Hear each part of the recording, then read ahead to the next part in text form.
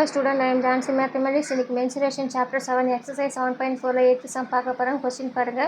A hemispherical bowl is filled to the brim with juice. The juice is poured into a cylindrical vessel whose radius is 50% more than its height. If the diameter is same for both the bowl and the cylinder, then find the percentage of juice that can be transferred from the bowl into the cylinder vessel. அதாவது ஒரு hemispherical Pavul இருக்கான், அந்த ஷேப்பில் பவுல் இருக்கான். அந்த பவுல் வந்து ஃபுல்லாக என்ன இருக்குதான், இந்த பிரிம் வித் ஜூஸ்னால் அதோட அந்த வாய்ப்பகுதி வரைக்கும் நம்ம ஃபுல்லாகவே ஜூஸ் இருக்குதுன்னு சொல்லியிருக்காங்க. இந்த juice is poured into a cylindrical vessel. அதாவது இந்த ஜூஸ் வந்து ஒரு சிலிண்டர்கள் பாத்திரத்தில் வந்து என்ன பண்ணுறாங்க, ட்ரான்ஸ்ஃபர் பண்ணுறாங்க, ஊற்றுறாங்க. ஜூஸை வந்து ஊற்றுறாங்க. போர்டுனா ஊற்றுறது.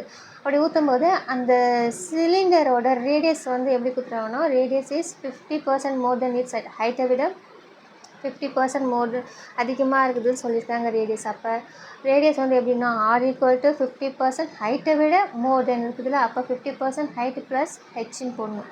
ஸோ இதுதான் ஹெச். சரிங்களா, இதுதான் கொடுத்துருக்காங்க. நெக்ஸ்ட் என்ன கொடுத்துருக்காங்கன்னா, if the diameter is same for both the Pavul and the cylinder. Diameter வந்து பவுலுக்கும் சிலிண்டருக்கும் எப்படி இருக்குதுன்னா சேமாக இருக்குதுன்னு சொல்லியிருக்காங்க. ஸோ என்ன கேட்டிருக்காங்கன்னா, find the percentage of juice that can be transfer from the bowl into the cylinder vessel. அதாவது எவ்வளோ பர்சன்டேஜ் வந்து ஜூஸ் வந்து இந்த பவுல்லேருந்து இந்த சிலிண்டர் வெசலுக்கு வந்து ட்ரான்ஸ்ஃபர் பண்ண முடியும் அப்படின்னு கேட்டிருக்காங்க. சரிங்களா, ஸோ அதுக்கப்புறம் சம்முக்குள்ளே போகலாம். ஸோ கொஸ்டின் என்னென்ன கொடுத்துருக்காங்கன்னா, ஈக்குவல் டயாமீட்டர்னு அவங்களே சொல்லிட்டாங்க. ஸோ ஈக்குவல் டயாமீட்டர்னு அவங்களே சொல்லிட்டாங்க. அதுக்கப்புறம் என்ன கொடுத்தாங்க, radius is 50% more then its height. Radius வந்து ஹைட்டை விட 50% அதிகமாக இருக்குதுன்னு சொல்லியிருக்காங்க. அப்போ எப்படி எழுதுனா, R = 50% H + H.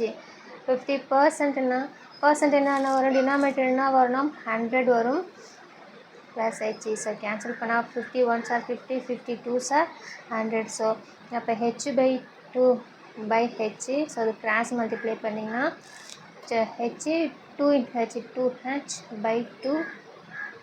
ஸோ அப்போ என்ன வருதுன்னா 3H/2. அப்போ R = 3H/2 வந்துருக்கு.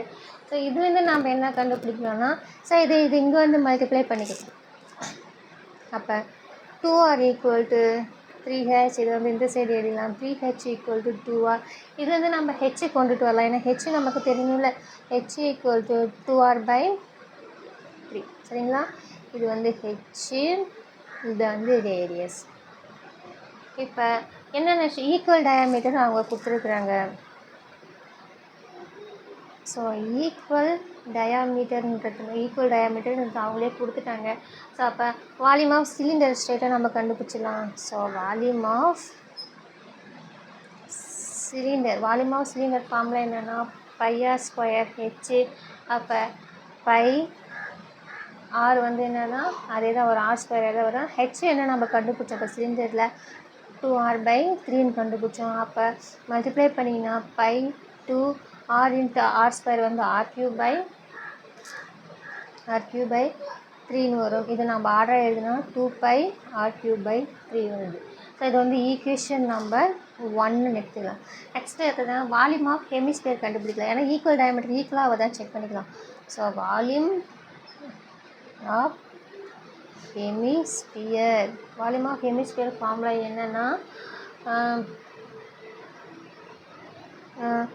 2/3πR³ equal. இது வந்து இதுதான். So volume of cylinder from equation 2πR³/3. இதோட வேல்யூ வால்யூம் ஆஃப் ஹெமிஸ்பியர் என்ன 2/3πR³. ரெண்டுமே ஈக்குவலாக வந்துச்சு. So from 1 and 2 are equal. From 1 and 2 are equal. அப்போ ஈக்குவல் டயாமீட்டர் இருந்தாங்க. அப்போ இது ரெண்டுமே ஈக்குவலாக வந்துச்சு. அப்போ எவ்வளோ பர்சன்ட் வந்து ஜூஸை வந்து நம்ம ஃபில் பண்ணலான்னா ரெண்டுமே ஈக்குவலாக வந்து. ஸோ 100% ஜூஸை வந்து நம்ம என்ன பண்ணலாம், ட்ரான்ஸ்ஃபர் பண்ணிடலாம். ஸோ என்ன எழுதணும்னா, volume of cylinder = volume of hemisphere. ஏன்னா ரெண்டுமே ஈக்குவலாக வந்துச்சு. அப்போ நம்ம என்ன எழுதலாம்னா 100% ஜூஸ் can be